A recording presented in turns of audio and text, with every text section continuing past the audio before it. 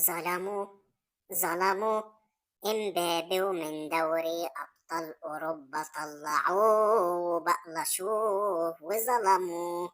اه يا انا يما، جه امبابي يفرح راح ريال مدريد ما لقولوش مطرح. مالك بس يا مبابي قعدت تولول ليه كده؟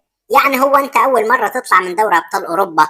ما انت كل سنة بتطلع، ما تزعلش نفسك لا يطقلك عرق ولا يجيلك شد في السمان. يا ريت يا شيخ يا اخويا كان الواحد استريح من الهم اللي هو فيه. انا عارف نفسي فقري والفقر ملازمني. يعني انا سبت باريس سان جيرمان وجيت ريال مدريد علشان اخد دوري الابطال، يقوم ريال مدريد يطلع وباريس هو اللي يكمل. هي الكرة كده يا عم مبابي.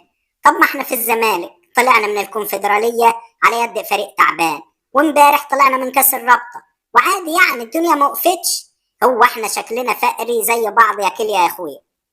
كونفدرالية ايه ورابطة ايه بس يا عم شيك؟ بقول لك دوري الابطال يعني المجد الاوروبي. وبعدين انا مش متغاظ غير من العيال بتوع ارسنال، علموا علينا عندهم 3-0 وعلموا علينا في ارضنا 2-1. ده احنا اتبقلشنا. امال عاملين اللي فيها ولاد ابو اسماعيل، والمرنج راح المرنج جه وملوك اوروبا، ويجي فريق زي ارسنال يطلعكم من البطولة. امال كارلو انشيلوتي كان فين من ده كله؟ كارلو انشيلوتي خلاص راحت عليه وما بقى زي زمان، عامل زي بسيرو اللي عندكم، متخصص في التعادلات والخروج من الكؤوس والبطولات.